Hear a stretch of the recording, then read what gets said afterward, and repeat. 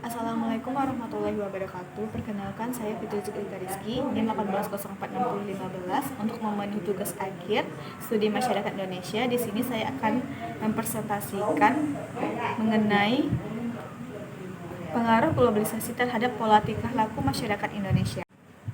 Baiklah, yang pertama di sini saya akan menjelaskan mengenai apa itu globalisasi. Menurut asal katanya, kata globalisasi diambil dari kata global, yang maknanya ialah universal. Globalisasi sendiri menurut Anthony Giddens 1998 adalah intensifikasi hubungan sosial seluruh dunia yang menghubungkan daerah yang jauh dalam sedemikian rupa sehingga kejadian lokal dibentuk oleh peristiwa yang terjadi bermil-mil jauhnya dan sebaliknya. Jadi dapat kita simpulkan menurut Anthony di sini, globalisasi merupakan suatu hal yang dapat kita jangkau, berbagai informasi dan berbagai hal yang dapat kita ketahui dari belahan dunia, di mana ada istilah kata dunia berada di genggamanmu. Jadi kita dapat melihat isi dunia yang terjadi, fenomena yang terjadi di dunia hanya dengan melihat dengan teknologi yang ada seperti saat ini. Kemudian globalisasi merupakan suatu keadaan di mana suatu negara memiliki batas-batas yang tipis yang saling tergantungan dan saling mempengaruhi, tetapi negara-negara tersebut tetap mempertahankan identitasnya masing-masing. Di sini ada beberapa penyebab masuknya globalisasi. Salah satunya adalah adanya kemajuan di bidang informasi dan komunikasi, sehingga menjamin kemudahan terlaksananya transaksi ekonomi antar negara. Masyarakat telah dimanjakan dengan alat komunikasi yang semakin maju seperti handphone, komputer, laptop, tablet, dan lainnya. Sebagai yang memiliki fasilitas yang sangat canggih, dengan adanya fasilitas ini, masyarakat dapat berkomunikasi dan bertransaksi dengan masyarakat di negara lain, sehingga arus informasi semakin lancar dan batas-batas negara semakin kabur. Adanya kemajuan ilmu pengetahuan di bidang transportasi sehingga memudahkan transfer barang dan jasa antar negara juga merupakan penyebab masuknya globalisasi di suatu negara. Setiap negara saat ini saling berlomba-lomba untuk memajukan ilmu pengetahuan untuk dapat membuat berbagai barang yang dapat memudahkan manusia untuk melakukan sesuatu. Salah satunya dalam bidang transportasi. Sekarang ini sudah banyak alat transportasi seperti pesawat terbang, kereta api, mobil, dan lainnya sebagainya yang semakin canggih. Alat transportasi ini dapat mengangkut barang maupun manusia sendiri untuk dapat pergi ke daerah maupun negara lain. Selain itu, penyebab masuknya globalisasi di suatu negara adalah adanya kemajuan kerjasama ekonomi internasional yang semakin erat, sehingga memudahkan terjadinya kesepakatan antar negara. Sehingga ini banyak sekali pedagang yang merambah ke dunia internasional. Kemudian berkomunikasi lewat berbagai alat komunikasi menyebabkan sesama pedagang dapat bertransaksi dengan mudah sehingga mereka dapat saling bertransaksi dan saling memberi manfaat satu sama lain. Materi selanjutnya yaitu mengenai apa itu tingkah laku sosial. Menurut Crutchfield and Balancy pada tahun 1982, tingkah laku sosial seseorang itu tampak dalam pola respon antar orang yang dinyatakan dengan hubungan timbal balik atau pribadi. Tingkah laku juga identik dengan reaksi seseorang terhadap orang lain. Jadi di sini menurut Crutch, tingkah laku seseorang itu terdapat pada respon seseorang atau tanggapan seseorang terhadap orang lain.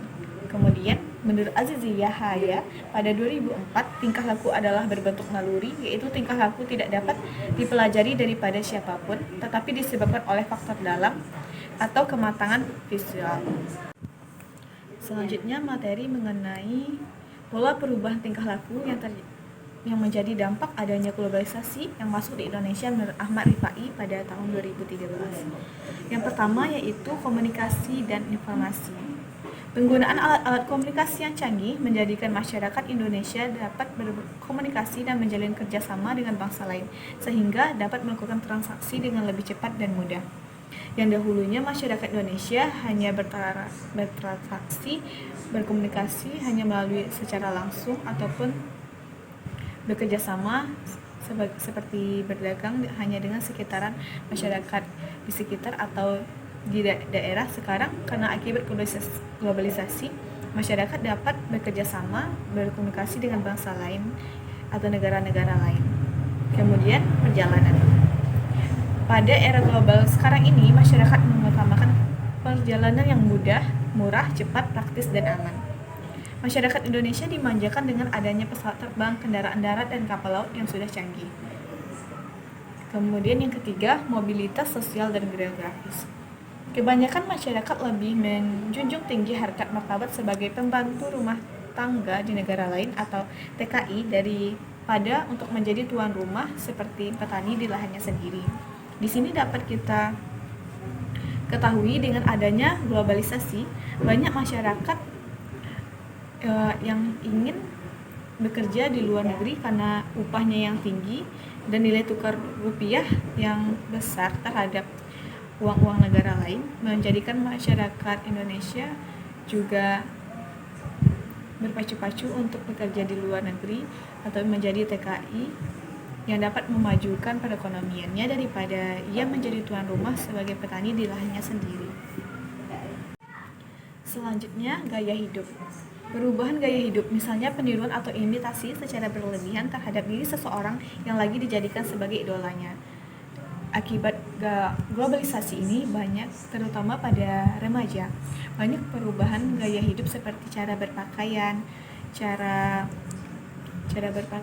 cara hidup maupun stylean. Mereka lebih banyak menirukan gaya idolanya, sehingga itu merusak tatanan agama maupun budaya di Indonesia sendiri.